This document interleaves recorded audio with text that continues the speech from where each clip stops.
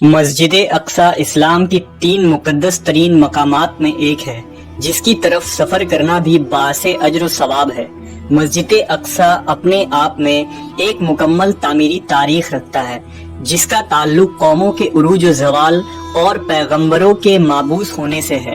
مسجد اقصی ہم مسلمانوں کے لیے قبلہ اول کی حیثیت رکھتا ہے جس کی طرف رخ کر کے نبی اکرم محمد صلی اللہ علیہ وسلم اور آپ کے اصحاب نے تقریباً 1.5 سالوں تک نماز ادا کی اور یوں لوگوں کو یہ پیغام دیا کہ اسلام کوئی نیا دین نہیں بلکہ یہ دین ابراہیم ہی کی ایک شکل ہے جو حضرت موسیٰ و عیسیٰ علیہ السلام کے تعلیمات کو پھر سے زندہ کرنے اور اصل توریت و انجیل کے پیغام پر عمل پیرا ہے۔ واقعہ معراج اس بات کی دلیل تھی کہ القدس سے اسلام کا کتنا گہرا تعلق ہے۔ نیز نبی صلی اللہ علیہ وسلم کا تمام انبیاء اکرام کی امامت کروانا ایک غیر معمولی واقعہ تھا۔ غرض یہ کہ یروشلم اسلام و عیسائیت اور یہودیت تینوں مذاہب کے نزدیک مقدس ترین مقام ہے۔ یہ علاقہ پیغمبروں کا مسکن رہا ہے جہاں بے شمار نبی مبعوث کیے گئے۔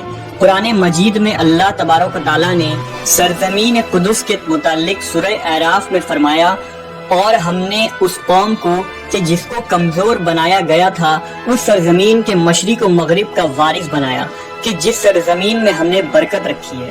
اسی طرح سورہ اسراء میں فرمایا، پاک ہے وہ ذات جو لے گئی اپنے بندے کو ایک رات میں مسجد حرام سے مسجد اقصی تک کہ جس کے ارد گرد ہم نے برکت رکھ دی ہے۔ ان آیات میں جس بابرکت سرزمین کا ذکر ہے وہ بیت المقدس اور اس کے گرد و نواح کے علاقے ہیں۔ حدیث مبارکہ میں حضور اکرم محمد صلی اللہ علیہ وسلم نے مسجد اقصی کی فضیلت بیان کیا، لہذا حضرت ابو ذر غفاری سے روایت ہے کہ انہوں نے نبی صلی اللہ علیہ وسلم سے پوچھا، اے اللہ کے رسول، اس روئے زمین پر سب سے پہلے کون سی مسجد تعمیر کی گئی؟ آپ نے فرمایا مسجد حرام۔ انہوں نے پھر پوچھا، اس کے بعد کون سی مسجد تعمیر کی گئی؟ آپ نے فرمایا مسجد اقصی۔ حضرت ابو ذر نے کہا، ان دونوں کے تعمیر کے دوران کل کتنا وقفہ ہے؟ آپ صلی اللہ علیہ وسلم نے جواب دیا، 40 سال۔ علماء و مفسرین کی ایک جماعت کے نزدیک مسجد اقصی کو سب سے پہلے خود حضرت آدم علیہ السلام نے تعمیر کی تھی اور بعد میں حضرت ابراہیم علیہ السلام نے اسے دوبارہ تعمیر کروائی۔ روایتوں کے مطابق اللہ نے حضرت جبرائیل علیہ السلام کو خصوصی طور سے حضرت آدم کی طرف بھیجا اور حکم دیا کہ مسجد حرام اور مسجد اقصی کی تعمیر کریں۔ ابن حشام نے اپنی تاریخ میں لکھا کہ جب بنی اسرائیل فلسطین میں مضبوط ہوئے اور ان کی ریاست قائم ہوئی تو حضرت داؤد علیہ السلام نے بیت المقدس کی دوبارہ بنیاد رکھی اور پھر آپ کے جانشین اور فرزند حضرت سلیمان علیہ السلام نے مسجد اقصی کی مکمل تعمیر فرمائی۔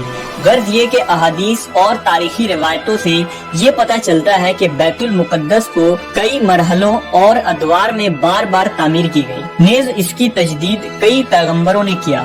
مسجد اقصی کی مکمل تعمیر حضرت سلیمان علیہ السلام کے دور میں ہوئی جس کی تائید نہ صرف اسلامی بلکہ اسرائیلی روایتوں سے بھی ملتی ہے۔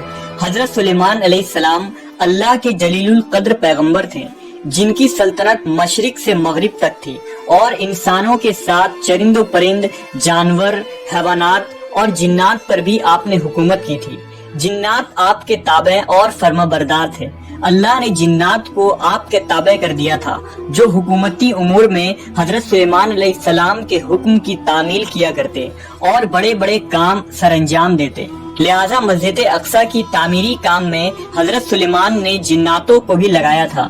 اس مسجد کی تعمیر آپ کے بادشاہ بننے کے بعد ہی شروع ہو گئی اور تقریباً 40 سالوں میں مسجد کی تعمیر مکمل کی گئی۔ تعمیری مقام پر حضرت سلیمان علیہ السلام نے شیشے کا ایک حجرہ بنایا تھا جس کے اندر آپ عبادت کیا کرتے تھے۔ آپ اپنے عصا کے سہارے کھڑے رہتے اور اللہ کی عبادت میں مشغول رہا کرتے تھے۔ یہ عبادت کافی طویل ہوتی تھی، آپ کئی دن یا ماہ ایسے ہی کھڑے رہتے اور جنات اپنے کاموں میں مشغول رہا کرتے۔ جب سلیمان علیہ السلام کو یہ علم ہوا کہ جلد ہی آپ کی وفات ہونے والی ہے تو آپ نے اللہ سے دعا کی کہ ایسا معجزہ صادر ہو جائے کہ ان جنوں کو آپ کی وفات کا علم ہی نہ ہو اور وہ اسی طرح اپنے کاموں میں مصروف رہ کر مسجد کی تعمیر مکمل کر دیں۔ لہٰذا اسی حجرے کے اندر جب آپ عبادت میں مصروف تھے تو آپ کی روح قبض کر لی گئی، لیکن اس عصا کے سہارے آپ علیہ السلام کی جسم مبارک ویسے ہی کھڑی رہی اور جنات یہ سمجھتے رہے کہ آپ عبادت میں مشغول ہیں۔ دراصل پیغمبروں کی جسم مبارک کبھی سڑتی نہیں، نہ ہی زمین کی مٹی انہیں کھا سکتی ہے۔ اس روئے زمین پر جتنے بھی نبی بھیجے گئے آج بھی ان کے جسم قبروں میں صحیح و سالم موجود ہے اور غیبی طور سے انہیں رزق ملتا رہتا ہے۔ لہذا حضرت سلیمان علیہ السلام وفات کے کئی سالوں بعد تک اسی مقام پر عصا کے سہارے کھڑے رہے۔